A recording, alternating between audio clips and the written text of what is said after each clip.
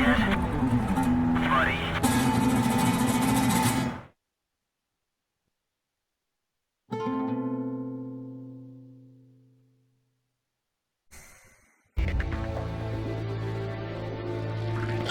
Confirmed reactivation of nuclear silo. COM team, continue your mission. Engage. Stand by. We're analyzing the situation. Here comes the snow. Shoot down the enemy. I'll run a plane analysis and fill you in ASAP.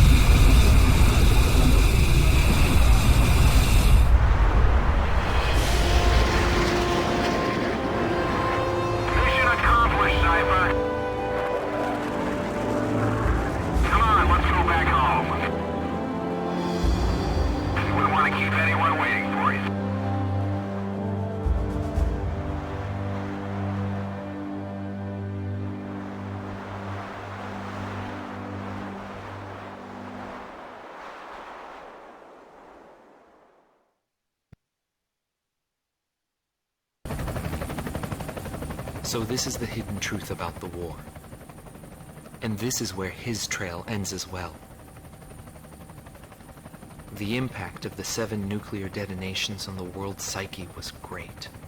Those who witnessed the carnage went on to organize a global arms reduction. Perhaps they were admonishing themselves.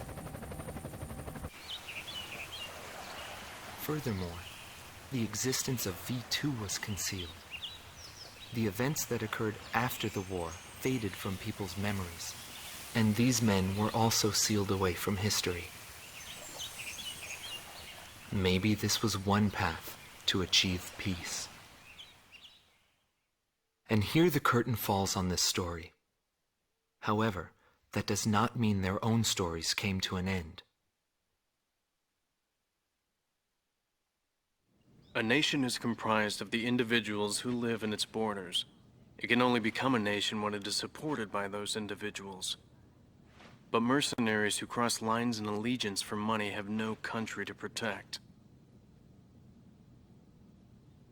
They only fight for their own power and fame. But if that was the case, then why did I lose to him? Maybe not having the burden of a nation allows you to fly faster.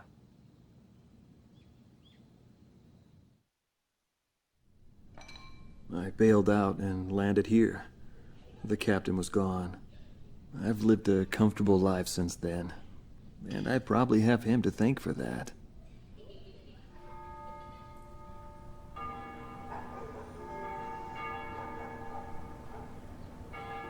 They ring the bells here at dusk to honor the liberation of the capital. It signals peace, but to me, they are the sounds of death.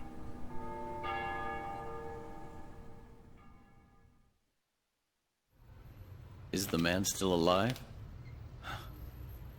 Though I guess it's hard for bad guys like us to die.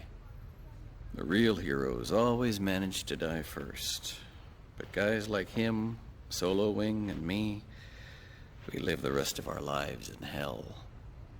But then again, being alive is proof that we were good.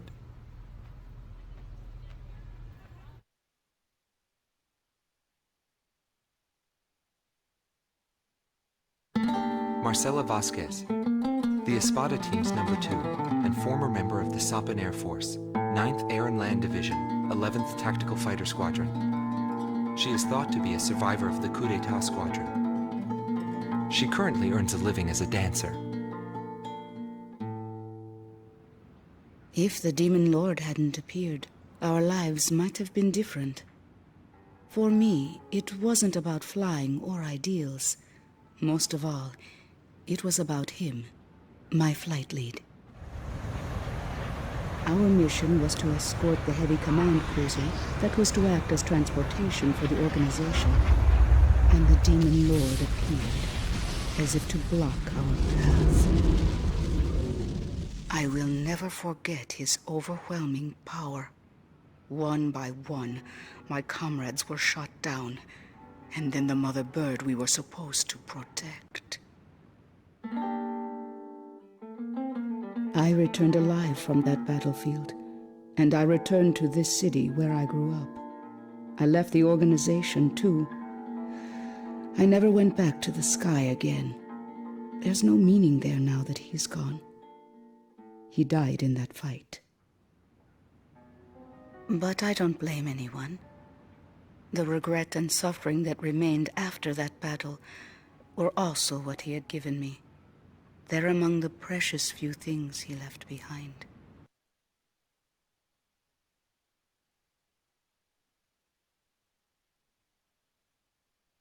Anthony Palmer, former lieutenant of the Ocean Air Defense Force, 8th Air Division, 32nd Tactical Fighter Squadron. He's been missing for some time, along with Captain Bristow of the same unit, since the decisive Battle of Valdreich. Captain Bristow is rumored to be one of the founding members of A World with No Boundaries. Palmer's ties to the captain have led many to believe that he is a high-ranked individual within the group. He currently works for an insurance company based in Aurid, the capital city of Osea. Demon Lord was right. Everything he touched fell apart. I thought I was watching magic. When I was in the military, they called me an ace too. I got medals for my actions on numerous battlefields. I never felt fear toward an opponent. The same went for my ideals. I wasn't afraid to take on even an entire country. But when I was fighting him, something felt different. At first, I didn't know what it was. It wasn't until I noticed my hands shaking on the flight stick that I realized. It was fear. It's embarrassing, but once I felt that, I couldn't fly anymore. I felt guilt toward my companions at the time. There's always a war somewhere, and I'm sure he's on some battlefield somewhere fighting even now. He'll always have a place to live.